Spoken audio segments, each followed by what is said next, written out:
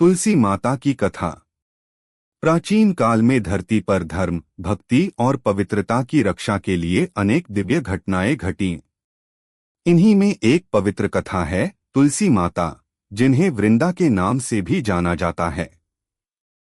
वह भगवान विष्णु की परम भक्त थीं और आज भी वैष्णव परंपरा में तुलसी को भगवान की अर्धांगिनी माना गया है। वृंदा का जन्म और तपस्या। बहुत समय पहले दैत्यराज जलंधर और उसकी पत्नी वृंदा का जन्म हुआ। जलंधर जन्म से ही शक्तिशाली था, क्योंकि वह भगवान शिव के तीसरे नेत्र की ज्वाला से उत्पन्न हुआ था। वृंदा एक अत्यंत पवित्र, पतिव्रता और धर्मनिष्ठ स्त्री थी।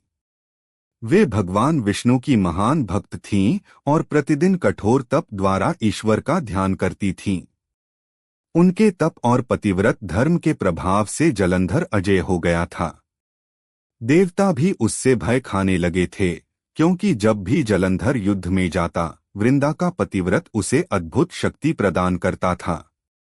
देवताओं और जलंधर का युद्ध। एक समय आया जब जलंधर ने देवताओं के लोकों पर अधिकार करना चाहा।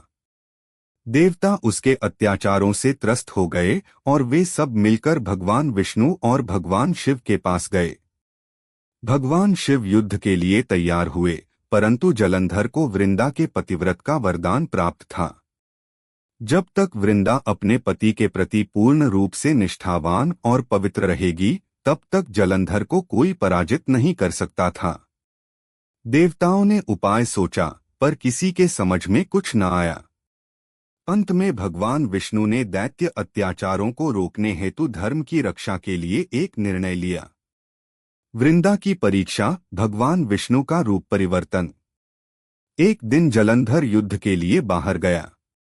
उसी समय भगवान विष्णु ने जलंधर का रूप धारण किया और वृंदा के महल के द्वार पर पहुंचे। वृंदा ने उन्हें अपने पति के रूप में देखा और उनका पतिव्रत क्षण भर में भंग हो गया, क्योंकि उन्होंने पहचान नहीं पाई कि वह जलंधर नहीं बल्कि भगवान विष्णु हैं। उसी क्षण वृंदा के पतिव्रत की शक्ति समाप्त हुई। उधर युद्धभूमि में जलंधर अपनी शक्तियां खो बैठा और भगवान शिव के हाथों देह त्याग कर बैठा। वृंदा का शाप।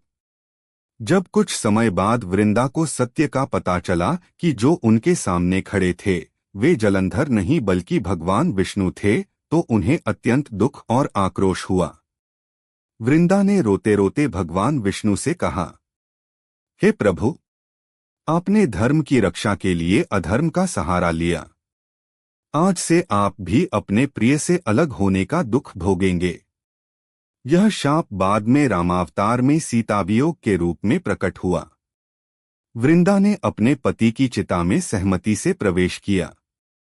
उनकी भस्म जब धरती पर गिरी तो वहां से एक पवित्र पौधा उत्पन्न हुआ। तुलसी का रूप और वरदान। भगवान विष्णु सामने प्रकट हुए और बोले, वृंदा, तुम्हारा तप और पवित्रता अतुलनीय है।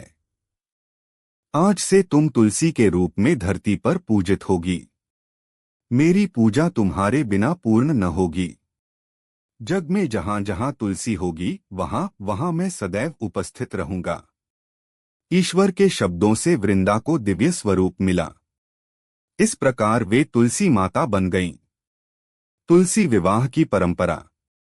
तभी से कार्तिक मास की देवउठनी एकादशी के दिन तुलसी विवाह का अनुष्ठान होता है, जिसमें तुलसी माता का विवाह भगवान विष्णु के शालिग्राम रूप से किया जाता है। यह विवाह भक्ति, समर्पण, पवित्रता और सदाचार का प्रतीक माना जाता है। तुलसी माता का महत्व। तुलसी माता को संसार के हर घर में पूजा जाता है, क्योंकि तुलसी के बिना विष्णु पूजन अधूरा माना गया है। तुलसी घर में शांति, समृद्धि और पवित्रता लाती है। तुलसी की एक एक पत्ती धर्म, भक्ति और मोक्षदायी मानी जाती है। संक्षेप में संदेश।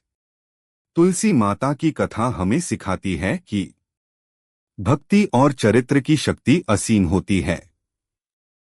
धर्म की रक्षा हेतु भगवान भी मानवीय रूप में परीक्षाएं देते हैं।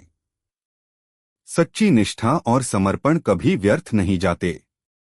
इस प्रकार वृंदा से तुलसी बनने की यह कथा हमें सत्कार्य, भक्ति और पवित्रता के मार्ग पर चलने की प्रेरणा देती है।